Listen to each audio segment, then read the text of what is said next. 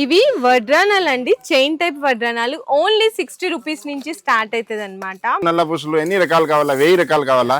ఇది ఇక్కడ మొత్తం షార్ట్ సైజ్ బాగా ట్రెండ్ అవుతున్నాయి కదా లోటస్. సూపర్ ఐటమ్ ఉంది. కలర్స్ ఉంటాయి దాంట్లో. 5 రూపీస్, 5 రూపీస్ చాలా ఉంది. ఇంకా ఇక్కడ ఈ బాక్స్ లో ఉన్నాయి చూసారు, ఇవన్నీ 5 రూపీస్. ఐటమ్ చూడు 96 రూపాయలు. 96 సేమ్ బంగారం లెక్కనే ఉందన్నమాట.